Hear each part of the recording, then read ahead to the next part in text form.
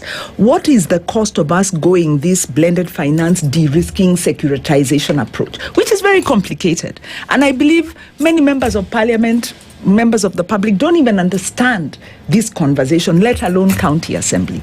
So what is this market access country? And what does it mean when you have a political economy that's steeped in corruption? You know, as you said, because all those different ways of raising money is probably where government is saying, okay, we have to keep raising money, but we've been told that we can't raise all of it from local. So what do we do? Let's get it from different models.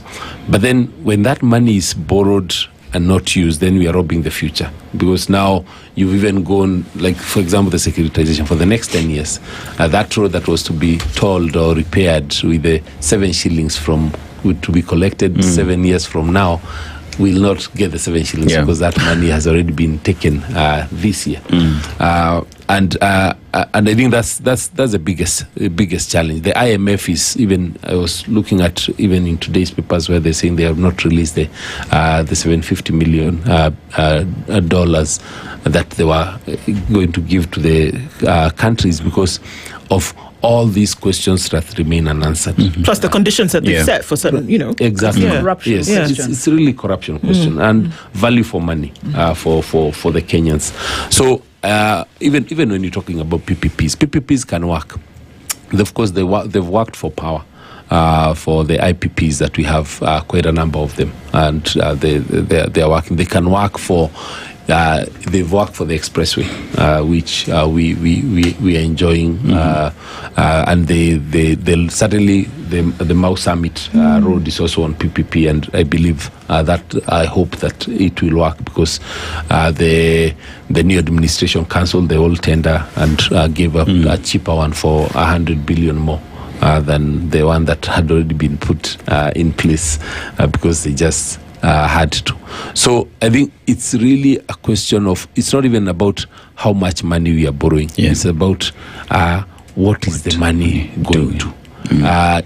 And do we have enough the oversight authorities and bodies, are they able to actually speak for Kenyans? Because as you're talking about, we've seen the Privatization Act that was passed last year, October. And the Privatization Act, one of the clauses and how it moved away from the one that was repealed or replaced by it was that any proceeds for privatization should go into the consolidated fund. Previously, the Treasury Minister was able to create special purpose vehicles for the money from privatization to go into.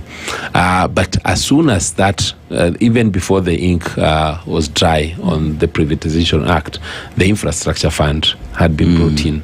And the Infrastructure Fund was now to collect proceeds from privatization, which was supposed to go into the consolidated fund. And as soon as that happened, and people complained, there was public outcry on how was this created, the executive backpedaled and created a bill and took it to Parliament, and of course Parliament was told that now this is just stamp the rubber, stamp it, and proceed, and they did, and the Infrastructure Fund was there now to collect money from KPC, money from Safaricom, and others that will be coming in. But what's the problem? Is accountability. Is the Minister for Finance who's the one who's in charge of it, who appoints all the most of the board members. They are the ones then who decide how the money will be used. It's not necessarily fully visible to Parliament, and I'm just saying that because I'm hoping that in future we'll have a Parliament legislature that will actually be accountable to the people. So even then the Parliament can't see that. So I think there are so many of these the different structures that are being brought along to reduce accountability.